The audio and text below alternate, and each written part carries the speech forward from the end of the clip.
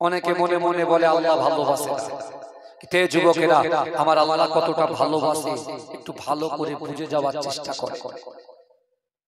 আমার ভাই জানেরা, ও নবী পাকের উম্মত উম্মতিরা, ও নবী দেবানারা, ধরেন আপনার বাড়িতে একটা 1.5 বছরের বাচ্চা আছে, সবেমাত্র হামাগুড়ি দিতে শিখেছে। না না না, আপনার বাচ্চাটা যখন উঠানে হামাগুড়ি দেয়, আপনার উঠানের সামনে বিশাল বড় একটা পুকুর আছে। হে যুবকেরা, হে নবী পাকের উম্মত উম্মতিরা, একটু ভালো করে বোঝার চেষ্টা করে। না না না, আপনার ওই বাচ্চাটা যখন হামাগুড়ি দেয়, আপনি মা হিসাবে, আপনি বাপ হিসাবে ওই সন্তানের দিকে তাকিয়ে থাকেন। কেন তাকিয়ে থাকেন? না না না, আপনার সন্তানটা সবেমাত্র হামাগুড়ি দিতে শিখেছে, আপনার সোনা মানিকটা সবেমাত্র হামাগুড়ি দিতে শিখেছে। ও যদি না, আমি যদি না দেখি ওই সন্তান হামাগুড়ি দিতে দিতে ওই পুকুরে পড়ে যেতে পারে, জীবনহানি হয়ে যেতে পারে, ইন্তেকাল হয়ে যেতে পারে। আপনি তো আপনার সোনা মানিককে মোহাব্বত করেন। ও যুবকেরা, আমার আল্লাহ পাক রব্বুল আলামিন আমাদের মতো গুনাহগার খাতাকা সিয়াকারকে কত মোহাব্বত করে দেখেন। হে যুবকেরা, আমার আল্লাহ বলেন, বান্দা ফাআইনামা তুআল্লু ফাসাম্মা ওয়াজহুল্লাহ। আমার আল্লাহ বলে, ও বান্দা, না না, তোমরা যখন ডান দিকে তাকাও, ওই ডান দিকে আমি আল্লাহ আছি। তোমরা যখন বাম দিকে তাকাও, ওই বাম দিকে আমি আল্লাহ আছি। তোমরা যখন সামনে তাকাও, সামনেও আমি আল্লাহ আছি।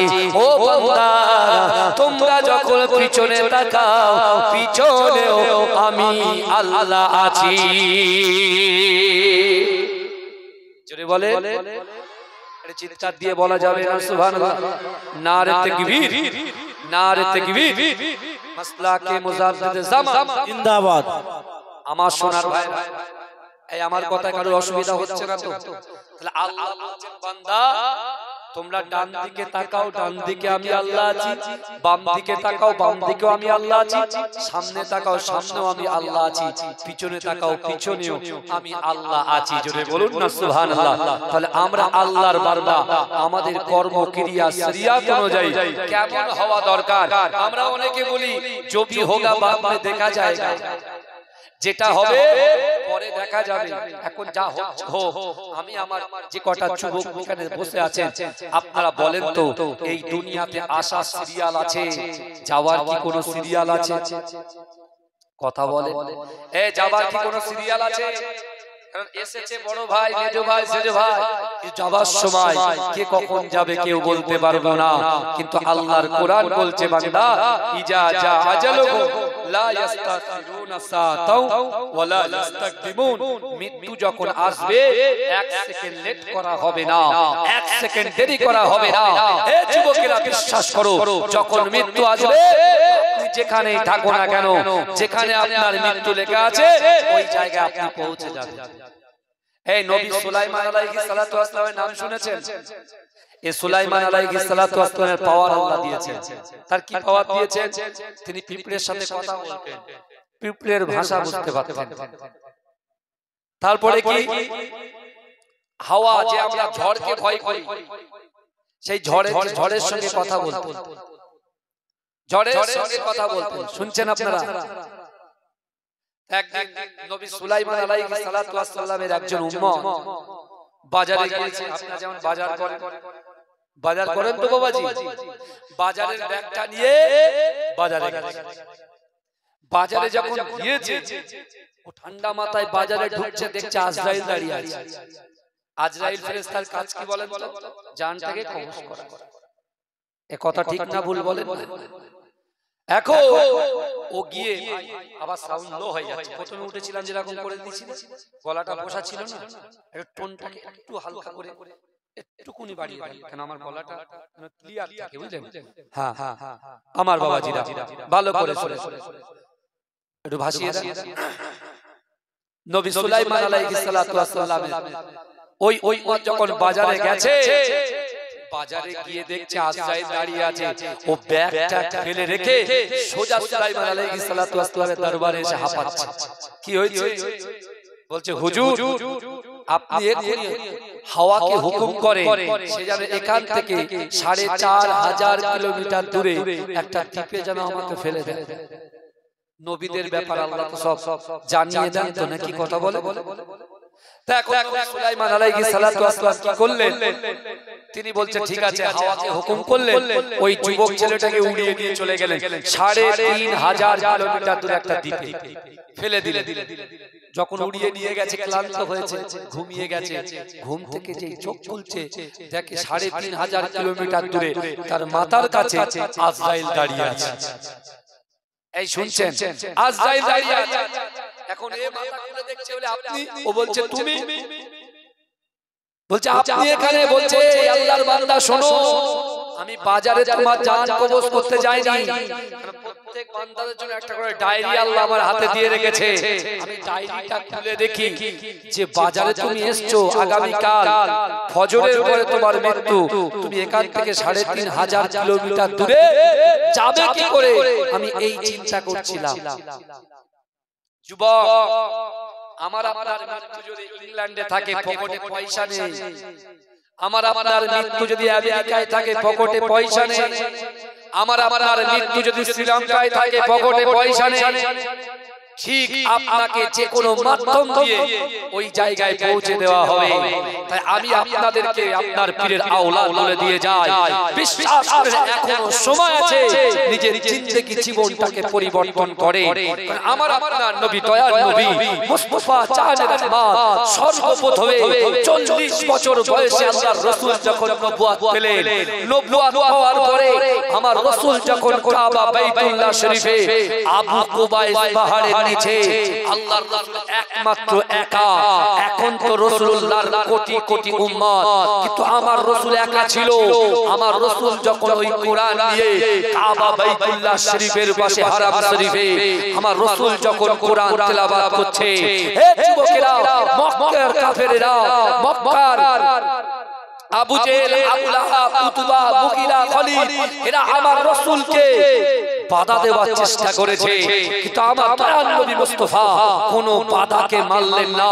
রাসূল যখন কোরআন তেলাওয়াত শুরু করলেন, মক্কার জমিনে এমন কোন বাড়ি বাকি ছিল না, এমন কোন যুবক বাকি ছিল না, এমন কোন নারী বাকি ছিল না, সকলে আমার দয়ার নবী মুস্তাফা সাল্লাল্লাহু আলাইহি ওয়াসাল্লামের কদম মোবারকের সামনে বসে বসে ওই কোরআন তেলাওয়াত শ্রবণ করেছিলেন। জোরে বলে, জোরে বলা যাবে না, চিৎকার দিয়ে বলা যাবে না, কিন্তু আমার ভাই জানেরা, হে নবী পাকের উম্মত উম্মতিরা, হে নবী দেওয়ানারা, বিশ্ব নবী রাসূলুল্লাহ সাল্লাল্লাহু আলাইহি ওয়াসাল্লামের কোরআন শুনে মুসলিম জানে প্রথম খলিফা হযরত আবু বকর সিদ্দিক রাদিয়াল্লাহু তাআলা আনহু আমার রাসূলুল্লাহর হাতে হাত দিয়ে কলেমা পড়ে মুসলমান হয়েছিলেন। ও যুবকেরা, যুবকদের ভিতর থেকে শেরে খোদা আলী রাদিয়াল্লাহু তাআলা আনহু আমার আপনার নবী, দয়ার নবী জনাবে মুহাম্মদ রাসূলুল্লাহ সাল্লাল্লাহু আলাইহি ওয়াসাল্লামের হাতে হাত দিয়ে কলেমা পড়ে মুসলমান হয়েছিলেন। ও যুবকেরা, না না না, শ্রমিক শ্রেণীর মানুষের ভিতর থেকে আল্লাহর রাসূলের পালক পুত্র হযরত জায়েদ রাদিয়াল্লাহু তাআলা আনহু আমার রাসূলুল্লাহর হাতে হাত দিয়ে কলেমা পড়ে মুসলমান হয়েছিল।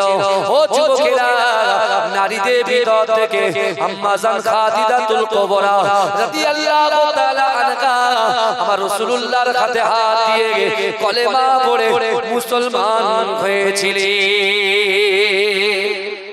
এজন্য বলবেন না সুবহানাল্লাহ, নারে তাকবীর, নারে তাকবীর। আমার ঠিক আছে, আমার বাপেরা ভালো করে আমার রাসূলুল্লাহর কোরআন শুনে আবু বকর হুজুর, আলী হুজুর, যায়েদ হুজুর, আম্মা জান খাদিজা আল্লাহর রাসূলের হাতে হাত দিয়ে কলেমা পড়ে মুসলমান হলেন। জোরে বলবেন না। আমার এতগুলো ভাই বসে আছে ভাই, আমি রাকিবুল আজিজ, বিশ্বাস করুন আপনাদের খুশি করতে আসেন, আর আপনারাও আমার খুশি করতে আসেননি, আমাদের উভয়ে নিয়ে আল্লাহকে খুশি করতে এসেছি। জোরে বলে কথা ঠিক বলছি না ভুল বলছি? আপনি আমার দিকে তাকিয়ে আছেন, আমি আপনার দিকে তাকিয়ে আছি, কিন্তু এ যুবক বিশ্বাস করো আমার আল্লাহও কিন্তু আমাদের দিকে তাকিয়ে আছে। জোরে বলে জোরে বলবেন না? আর আপনাদের এই এলাকাটা এত সুন্দর, আমার মনে মনে হয় যে গোটা 10 কোটি টাকাটা জমি কিনে এখানে একটা সুন্দর করে একটা কিছু করি, বুঝতে পেরেছেন? মনে হয়, কিন্তু আবার মাঝে মাঝে যে হাতি বের হয়, টায়ার কোথায় পাবো ভাই, পোড়াবো কোত্থেকে? নিজের গাড়ির চাকা খুলে টায়ার পোড়াতে হবে, বুঝতে পারছেন না? কিন্তু দেখুন আল্লাহ কিন্তু আপনাদের নিয়ামত দিয়েছে। সোনার ভাইরা, আপনারা যেভাবে হাসছে, বিশ্বাস করে আপনাদের হাসিটাকে যদি ধরে রাখতে পারে মৃত্যু পর্যন্ত, বিশ্বাস করে এই হাসিটার জন্য আল্লাহ রহমত বর্ষণ করবে। জোরে বলে জোরে বলবেন না? আল্লাহ আপনাদেরকে ভালোবাসে। আপনার কলকাতায় ইকো পার্কে তো আপনারা গিয়েছেন, অনেকে গিয়েছে, সব সময় হরেন প্যাঁ প্যাঁ করে আওয়াজ, ঘুম ভেঙে যাচ্ছে, কিন্তু আপনারা পুরো একদম নিঃশব্দ সুন্দর মনোরম পরিবেশে আপনারা কত সুন্দর জীবন যাপন করছেন।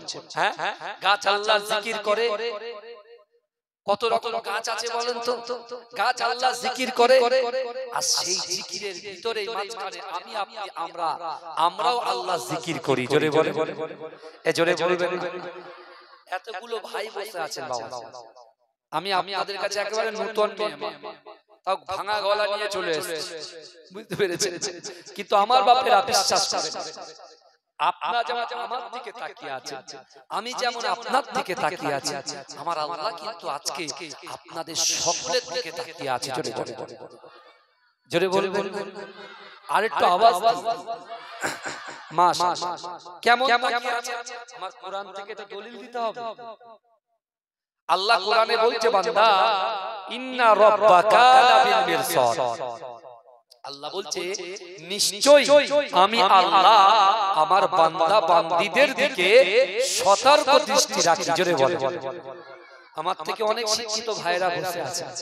ভাইজান আপনি বলুন তো, একটা শিকারী যখন শিকার করে, ওই শিকারীটা সঙ্গে সঙ্গে শিকার ধরে না তার দিকে তাকিয়ে থাকে? কথা বলে।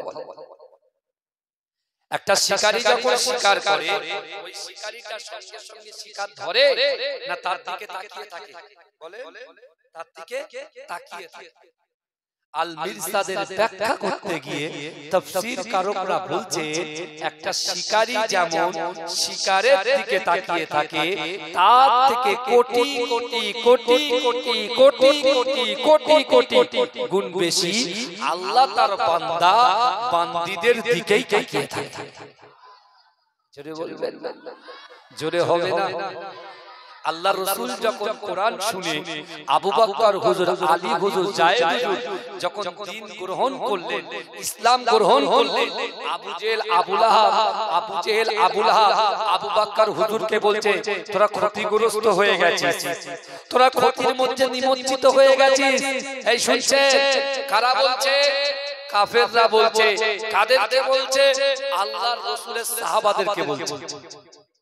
আল্লাহ রাসূলের কাছে জায়েদ হুজুর এসে বসে বসে কাঁদছেন আর বলছেন, ইয়া রাসূলুল্লাহ, ইয়া হাবিবাল্লাহ হুজুর, আপনি কি জানেন আপনার জন্য এই মুহূর্তে আমরা জীবন দিতে প্রস্তুত? জোরে বলে বলছে এই মুহূর্তে জীবন দিতে প্রস্তুত। কিন্তু ইয়া রাসূলুল্লাহ, মক্কার কাফেরগুলো তারা আমাদেরকে বলে আমরা নাকি ক্ষতিগ্রস্ত হয়ে গেছি।